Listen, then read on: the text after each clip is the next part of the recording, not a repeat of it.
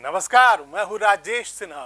दोस्तों, हम आपके लिए करंट अफेयर्स की जानकारियां लेकर आते हैं और हमारी कोशिश यही होती है कि ये जानकारियां, ये खबरें आपके बहुत काम आए।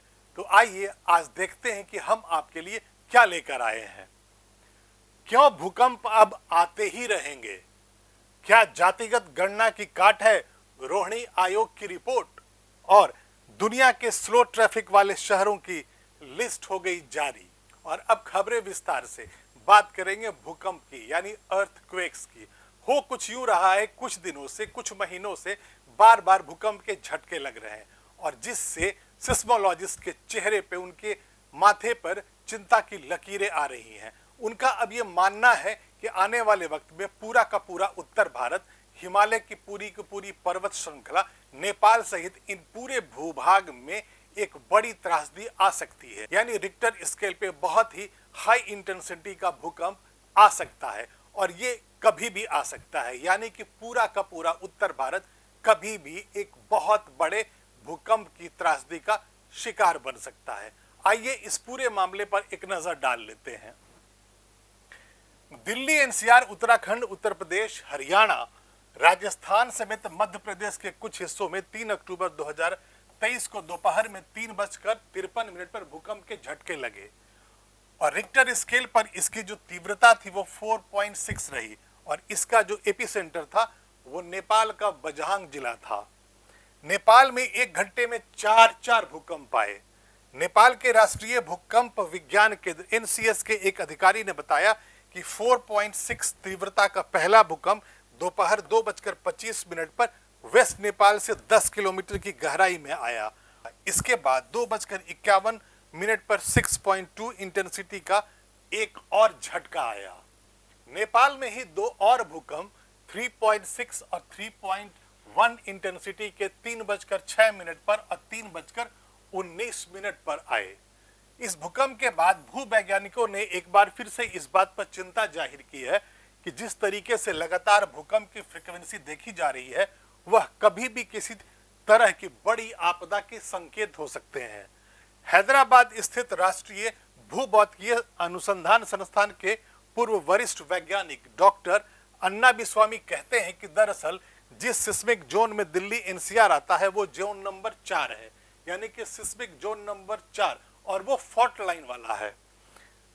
यह वो खतरनाक जोन है जहां पर 7 इंटेंसिटी का भूकंप भी आ सकता है। यानी कि हैदराबाद के जो वरिष्ठ भूवैज्ञानिक हैं वो ये कह रहे हैं कि दिल्ली सिस्मिक जोन 4 में आता है और वो इतना खतरनाक फॉल्ट लाइन पे है कि यहां पर कभी भी निकट भविष्य में या थोड़ा उसके बाद 7 इंटेंसिटी का भूकंप आ सकता है और पूरा का पूरा जो क्षेत्र है वो भयानक भूकंप के दायरे में है। पिछले कुछ समय से भारत, नेपाल, पाकिस्तान, भूटान के पहाड़ी इलाकों में भूकंप के झटके बार बार आ रहे हैं और खास तौर पर हिमालयन रेंज में लगातार झटके आते रहे हैं। क्यों बार बार आ रहे हैं भूकंप के झटके, ये समझना बहुत जरूरी है। आईआईटी कानपुर सिविल इंजीनियरिंग विभाग के सीनियर प्रोफेसर और जियो साइंस इंजीनियरिंग के विशेषज्ञ प्रोफेसर जावेद एन मलिक ने अमर उजाला अखबार से इस बारे में कहा है कि हिमालय रेंज में टेक्टोनिक प्लेट्स अस्थिर हो गई है, जिसके चलते अब लंबे समय तक इस तरह के भूकंप आते रहेंगे। मतलब वहां पे जो टेक्टोनिक प्लेट से नीचे में हिमालय पर्वत श्रृंखला के नीचे वो अस्थिर हो गई है, जिसकी वजह से जो मूवमेंट्स वहां पर हो रहा है, तो अब आने वाले वक्त में लगातार कई झटके आते रहेंगे। ये झटके हिमालयन रेंज पर आते हैं और जम्मू कश्मीर, लद्दाख, नेपाल, उत्तराखंड, हिमाचल प्रदेश में आने वाले भूकंप का असर कई बार दिल्ली एनसीआर और आसपास के राज्यों में भी देखने को मिलता है। प्रोफेसर मलिक कहते हैं जब भी हिमालयन रेंज में भूकंप के झटके आएंगे तब उसका असर पूरे उत्तर भारत में देखने को मिलेगा। फिर समतल जगह ही क्यों न, वहां भी गंभीर असर होगा। इसका मतलब यह है कि हिमालयन रेंज में जो भूकंप के झटके आएंगे वो सिर्फ पर्वतीय श्रृंखलाओं यानी पहाड़ी क्षेत्रों पर ही नहीं वहां पर सीमित रहेंगे, उसका असर, भयानक असर भी समतल क्षेत्रों में यानी नॉर्थ इंडिया के अलग अलग राज्यों में पड़ सकता है और जनजीवन पर भारी असर हो सके।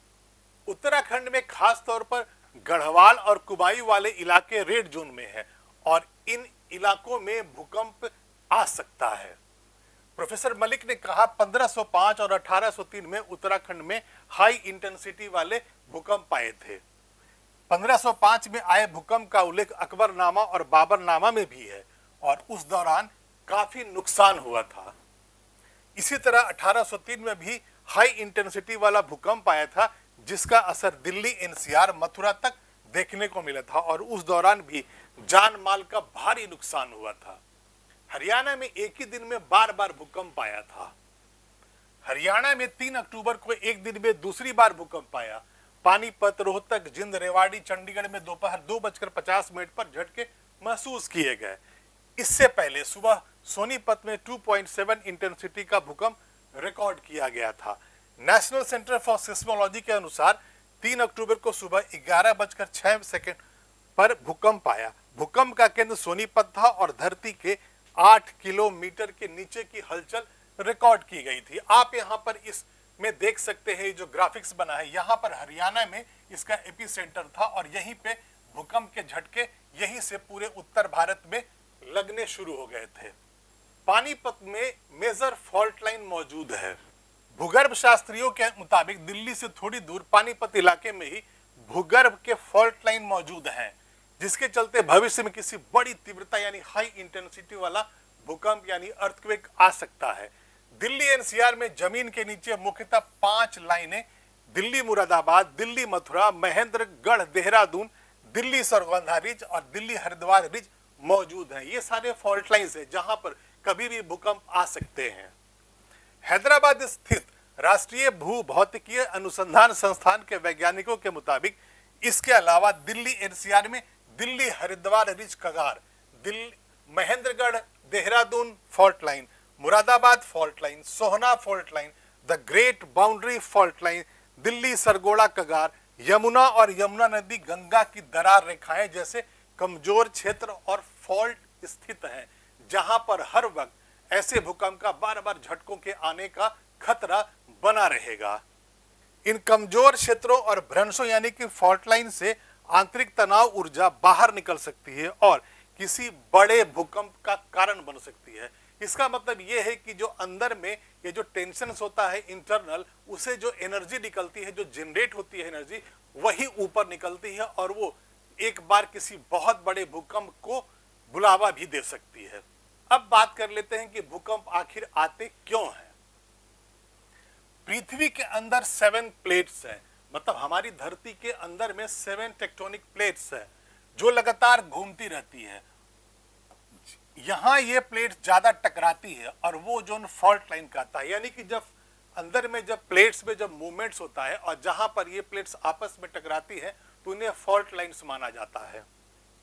बार बार टकराने से प्लेट्स के कोने मुड़ जाते हैं और जब ज्यादा दबाव बनता है तो प्लेट्स टूटने लगती हैं। नीचे की ऊर्जा बाहर आने का रास्ता खोजती है और डिस्टरबेंस के बाद भूकंप आता है। जाने क्या है भूकंप की तीव्रता का मतलब, यानी कि इंटेंसिटी जिससे भूकंप को हम नापते हैं वो आखिर कितना है और कितने हाई इंटेंसिटी पे आने पे कितना नुकसान हो सकता है। 0 से 1.9 अगर रिक्टर स्केल पर हो तो ये सिर्फ सिस्मोग्राफ से ही पता चलता है, यानी कि उससे आपको, हमको और आम जनता को लगता नहीं है कि हाँ भूकंप आया है। 2 से 2.5 जो है हल्का सा अगर आपको शॉक लग रहा हो, हल्का सा ट्रेमर हो, तो वो 2.9 तक का इंटेंसिटी हो सकता है। 3 to 3.9 कोई ट्रक आपके नजदीक से गुजर जाए ऐसा होगा, यानी कि आप सड़क पे हो और ऐसे में कोई ट्रक तेजी से गुजरता है और आपको जो कंपन महसूस होता है वो 3 से 3.9 तक में महसूस होता है। 4 to 4.9 खिड़कियां टूट सकती है, दीवारों पर टंगी फ्रेम गिर सकती है, यानी कि जब 4 और 4.9 के बीच के इंटेंसिटी का रिक्टर स्केल पे जब भूकंप आता है तो आप और हम घरों से बाहर निकल आते हैं, क्योंकि उस वक्त खिड़कियां जो है कांच की वो चटकने लगती है, आपके घरों के सामान इधर उधर गिरने लगते हैं और आप घबराकर बाहर चले जाते हैं कि भूकंप आया है। 5 to 5.9 फर्नीचर जैसा भारी सामान तक हिल सकता है, यानी जो बड़े बड़े जो सामान आपके घर में है वो हिलने लगता है जब 5 to 5.9 के आसपास इंटेंसिटी होती है रिक्टर स्केल पे। 6 to 6.9 इमारतों की नींव दरक सकती है, ऊपरी मंजिलों को नुकसान हो सकता है। यानी 6 से 6.9 की अगर इंटेंसिटी का भूकंप आया हो तो इमारतें दरकने लगती हैं। 7 to 7.9 इमारतें गिर जाती है, जमीन के अंदर पाइप फट जाते हैं। जब 7 से 7.9 का भूकंप आता है तो इमारतें जमी दोज हो जाती है, बर्बादी शुरू हो जाती है, अंदर की पाइपलाइन तक फट जाती है। 8 से 8.9 इमारतें सहित बड़े बड़े पुल गिर जाते हैं। यानी कि 8 से और 8.9 के बीच का अगर भूकंप आया हो तो बड़ी बड़ी इमारतें, ब्रिज, ओवरब्रिज, फ्लाईओवर सब के सब जमींदोज हो सकते हैं, धरती के नीचे जा सकते हैं, पूरी तरह बर्बाद हो सकते हैं। 9 या उससे ज्यादा पूरी तबाही। कोई मैदान में खड़ा हो तो उसे धरती में लहराते हुए देख सकते हैं, समंदर नजदीक हो तो सुनामी का खतरा है। यानी कि अगर कोई भूकंप 9 अगर रिक्टर स्केल के इंटेंसिटी पे आता है तो उस वक्त समुद्र में सुनामी भी आ जाता है। और अगर आप मैदान में, खुले मैदान में भी अगर आप खड़े हैं तो उस वक्त आपको कोई लहराते हुए देख सकता है। आइए अब समझते हैं कि भूकंप के केंद्र यानी एपिसेंटर का क्या मतलब होता है। आप यहाँ इस ग्राफिक्स में देख रहे होंगे, ये एपिसेंटर है, ये पूरा का पूरा इलाका है जहां पर झटकों की जो इंटेंसिटी आती है, उससे जो लहरें निकलती है और वो झटके, शॉक्स जो पता लगते हैं वो है। और ये जो बीच में आप येलो स्थान देख रहे हैं, इसमें जो न्यूक्लियस है इसी को एपिसेंटर कहते हैं। यानी कि ये भूकंप का केंद्र होता है। भूकंप का केंद्र उस स्थान को कहते हैं जिसके ठीक नीचे प्लेटों में हलचल में भूगर्भीय ऊर्जा निकलती है। यानी कि जब प्लेट्स में जब वहां टकराहट होती है, जब वो टकराते हैं और उससे जो एनर्जी जो वहां पर निकलता है और वो ऊपर की ओर निकलने लगता है, धरती से बाहर आना चाहता है, और उसकी वजह से जो भूकंप के झटके लगते हैं वो यहीं पे होता है। यहीं पे प्लेट्स आपस में टकराने लगते हैं और भूकंप का कारण बनते हैं। इस स्थान पर भूकंप का कंपन ज्यादा होता है।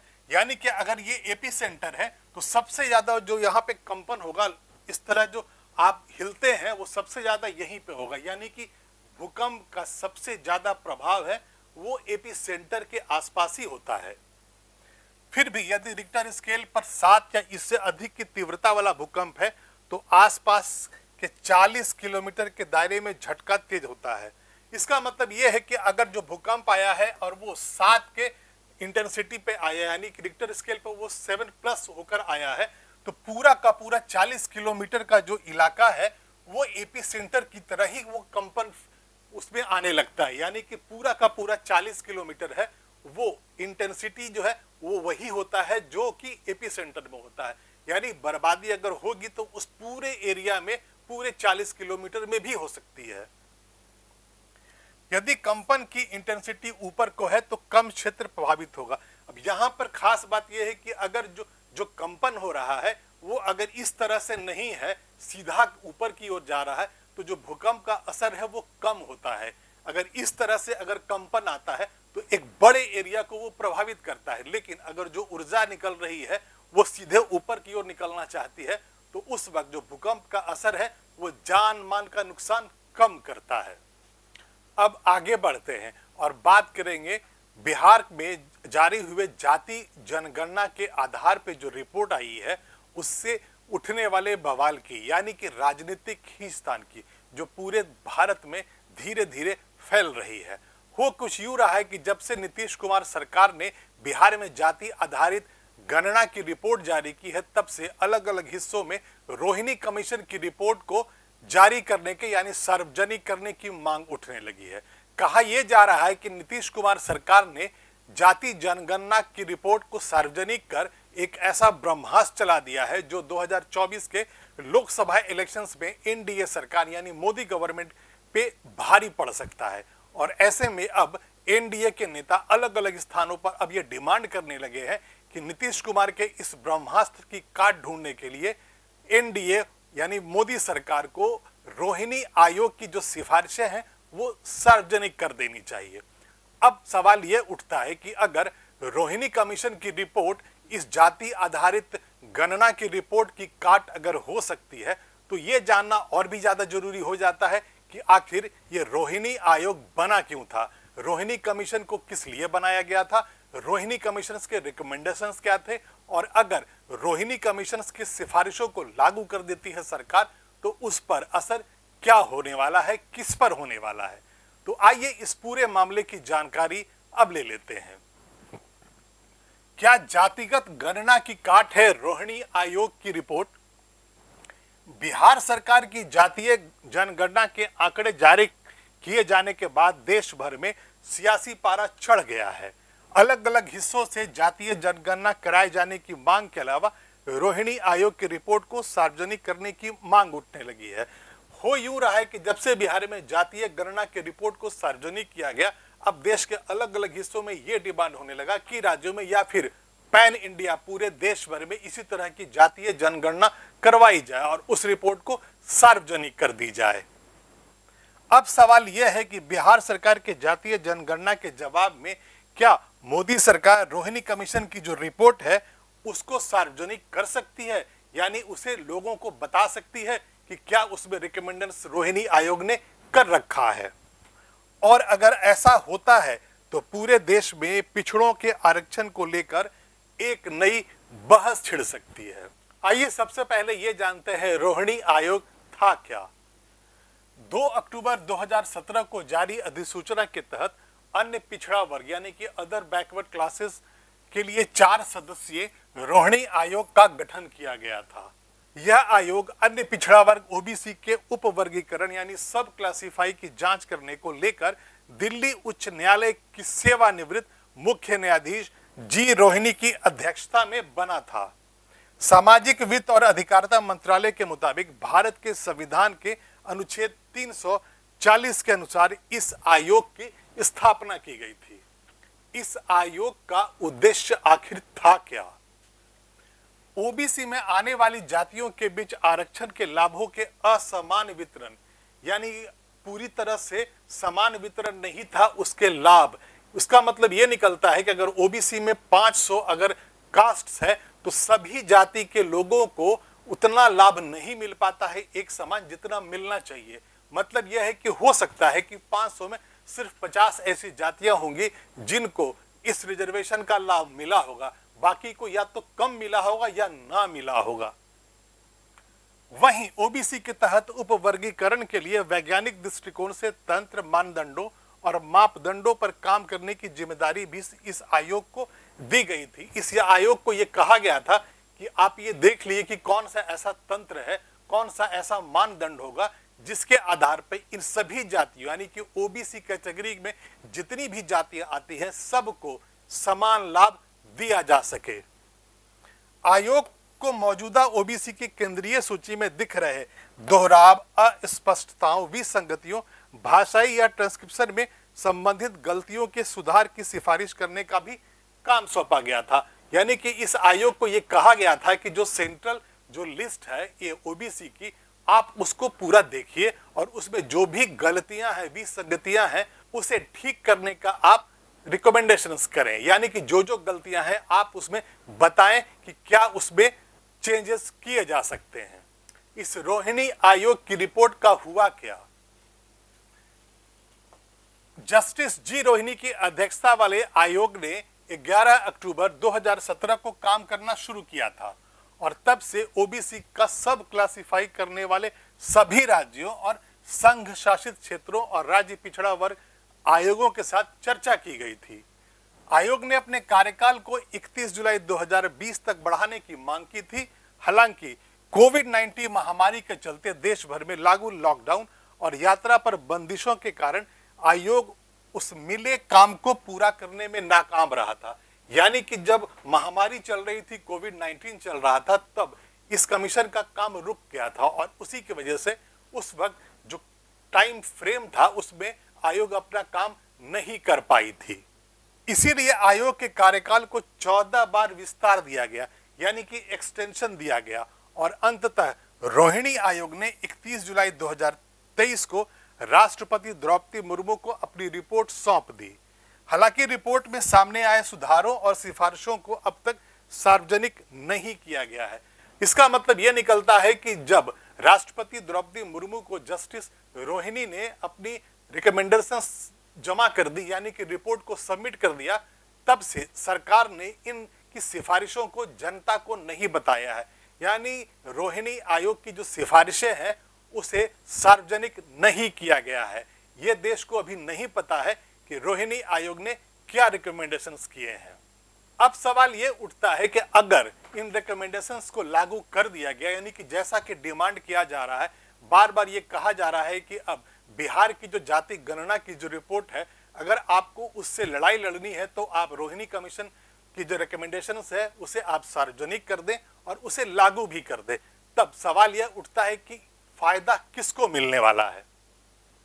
रोहिणी आयोग की रिपोर्ट लागू होने से उन जातियों या समुदायों से जुड़े सभी लोगों को फायदा होने की बात कही जा रही है जो सामाजिक और आर्थिक रूप से पिछड़ा वर्ग की केंद्रीय सूची में शामिल है।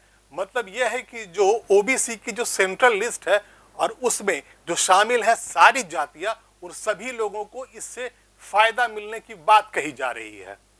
लेकिन केंद्र सरकार के पदों और केंद्र सरकार के शैक्षिक संस्थानों में प्रवेश के लिए वर्तमान ओबीसी आरक्षण आयोग का उन्हें फायदा नहीं हुआ था। केंद्र सरकार का कहना है कि आयोग द्वारा ओबीसी की केंद्रीय सूची में अभी तक हाशिए पर पड़े ऐसे समुदायों को लाभ पहुंचाने की सिफारिशें किए जाने का अनुमान है। अब जब ये मांग उठ रही है कि 2024 के इलेक्शंस में नीतीश कुमार बाजी मार सकते हैं और एनडीए को इसकी काट को ढूंढने के लिए रोहिणी आयोग की सिफारिशों को सार्वजनिक कर देनी चाहिए, तो आइए अब बात ये कर लेते हैं कि 2024 के लोकसभा चुनावों पर इसका असर क्या होगा और कैसे होगा। भाजपा इसका उपयोग विपक्ष की जिसकी जितनी संख्या भारी उसकी उतनी हिस्सेदारी, यानी कि जो विपक्ष के नेता बार बार ये नैरेटिव सेट कर रहे हैं कि जिसकी जितनी भी संख्या है उसकी हिस्सेदारी उतनी ही हो, यानी कि अगर आप टोटल 100% में आप 60% है तो जो सरकारी आपको जो लाभ मिलता है, जो आपको आरक्षण मिलता है, आपको आपकी जनसंख्या के अनुसार मिलना चाहिए, यानी कि जितनी आपकी संख्या है आपकी हिस्सेदारी उतनी ही होनी चाहिए। तो भाजपा इस नैरेटिव का मुकाबला करने के लिए इस आयोग की जो सिफारिशें हैं उसका उपयोग कर सकती है और ओबीसी वर्ग की अति पिछड़ी जातियों के बीच अपना समर्थन को और मजबूत कर सकती है। अगर इन सिफारिशों को सार्वजनिक कर दिया जाता है रोहिणी कमीशन के बीजेपी की सरकार के द्वारा, तो जो ओबीसी के जो लोग हैं, जो जातियां हैं, उसमें बीजेपी का जो वोट बैंक है वो मजबूत हो सकता है। सब क्लासिफाई न केवल जाति जनगणना की मांग को बेअसर करेगा बल्कि विपक्ष के नैरेटिव को तोड़ने में भी मदद करेगा। यानी जो विपक्ष के जो नेता है जो नैरेटिव सेट कर रहे हैं कि जितनी जिसकी संख्या है उतनी हिस्सेदारी हो, इसका तोड़ ये रिकमेंडेशन हो सकते हैं।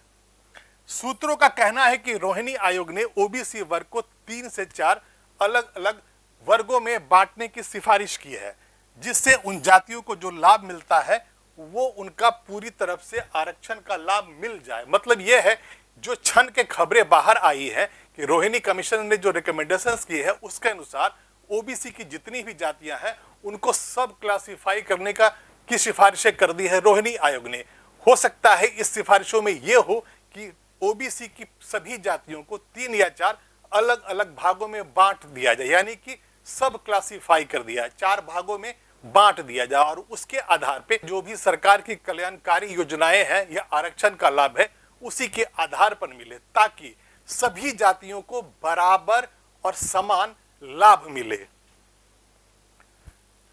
मीडिया रिपोर्ट के मुताबिक आयोग ने अपने अध्ययन में पाया है कि ओबीसी में शामिल 2633 जातियों में से करीब 1000 जातियों को बीते 3 दशक में एक बार भी आरक्षण का लाभ नहीं मिला है। यह बहुत इंपॉर्टेंट है। माना यह जा रहा है कि इन रिकमेंडेशंस में रोहिणी कमीशन ने यह कहा है कि जो ओबीसी की 2633 जातियां हैं उसमें 1000 ऐसी जातियां हैं पूरे देश भर में जिन्हें आरक्षण का लाभ एक बार भी नहीं मिला है। यानी कि अगर ये सिफारिशें लागू हो जाती है तो आरक्षण का जो लाभ होगा वो इन जातियों को भी मिलेगा, यानी कि सभी जातियों को बराबर और समान मिलेगा।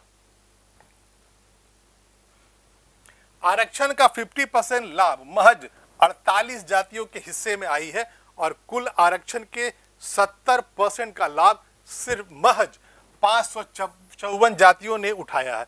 मतलब यह है कि अगर रिजर्वेशन 100 सीटों पर है तो 70 सीटों का जो लाभ है वो सिर्फ और सिर्फ 554 जातियों ने उठाया है, जबकि जातियों की संख्या है 2633, यानी कि 2633 जातियां हैं।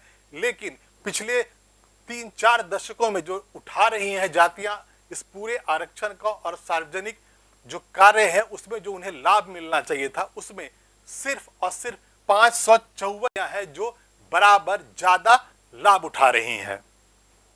यानी कि बिहार की जातिगत गणना के बाद विपक्ष जिस तरह से ओबीसी की गोलबंदी करने की कोशिश कर रहा है, भारतीय जनता पार्टी उसी की काट इस रिपोर्ट में ढूंढ सकती है।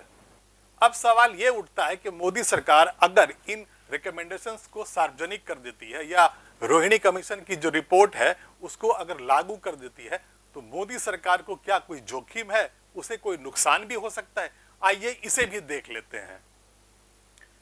विश्लेषकों का कहना है कि केंद्र सरकार के लिए रोहिणी आयोग की रिपोर्ट को लागू करना जोखिमों से भरा हो सकता है, यानी खतरों का खेल हो सकता है।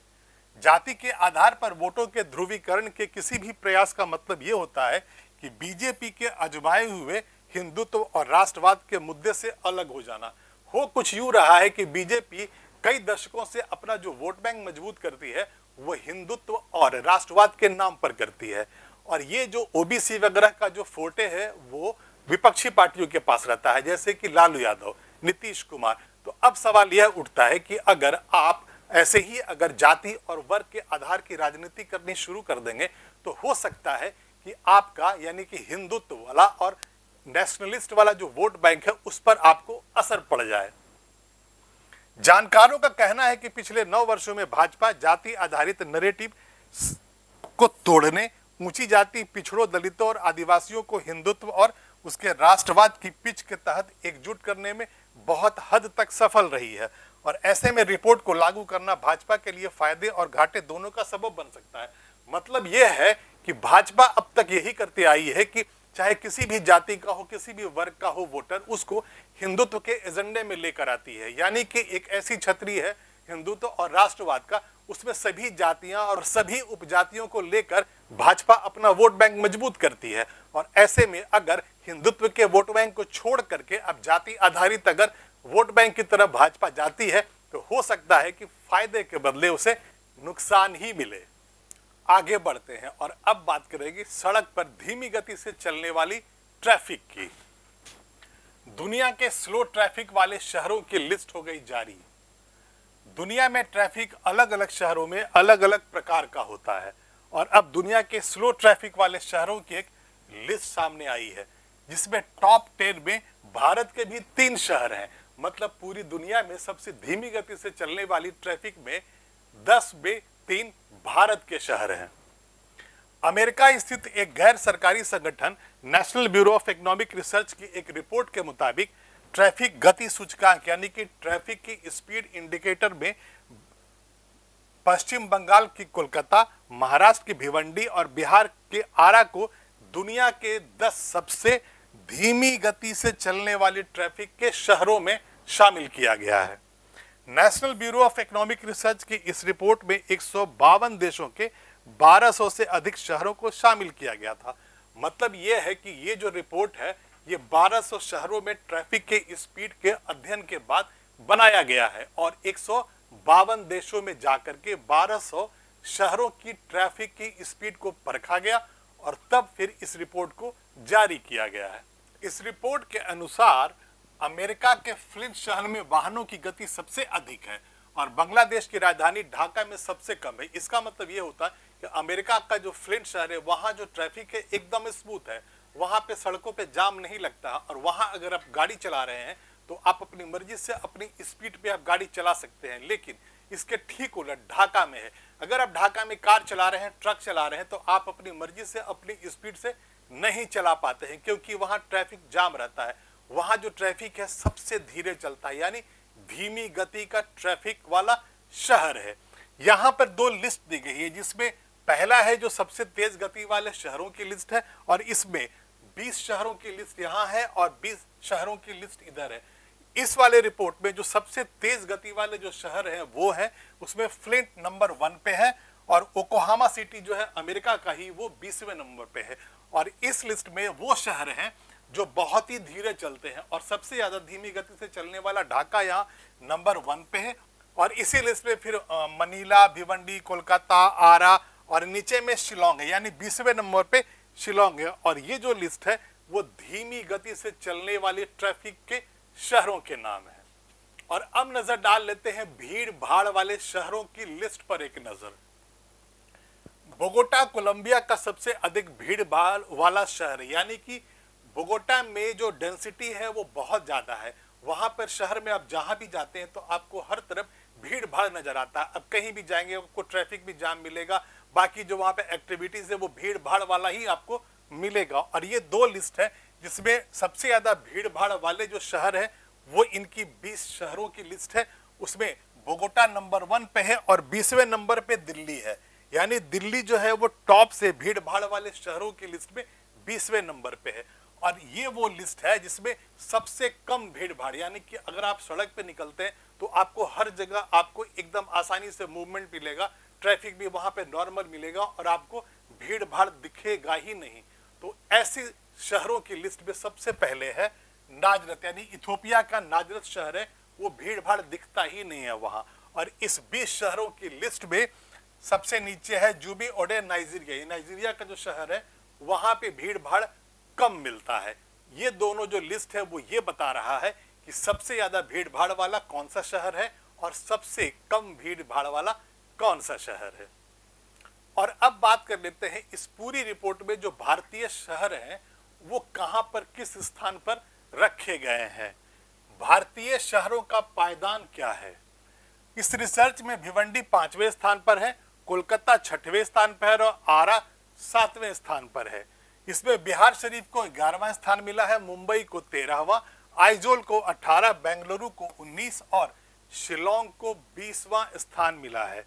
दुनिया के सबसे अधिक भीड़ भाड़ वाले शहरों में बेंगलुरु को 8वां स्थान मिला, मुंबई 13वां और दिल्ली 20वें स्थान पर रहा। शोधकर्ताओं ने इस रिसर्च के लिए 12 जून से 5 नवंबर 2019 के बीच गूगल मैप के आंकड़ों को इस्तेमाल किया था। और अभी के लिए इतना ही। हम फिर हाजिर होंगे ऐसे ही खबरों का एक संकलन लेकर फिर आएंगे और आपकी जानकारी को बढ़ाएंगे। लेकिन आप इस वीडियो को लाइक करें और इस चैनल को सब्सक्राइब करें। तब तक के लिए धन्यवाद।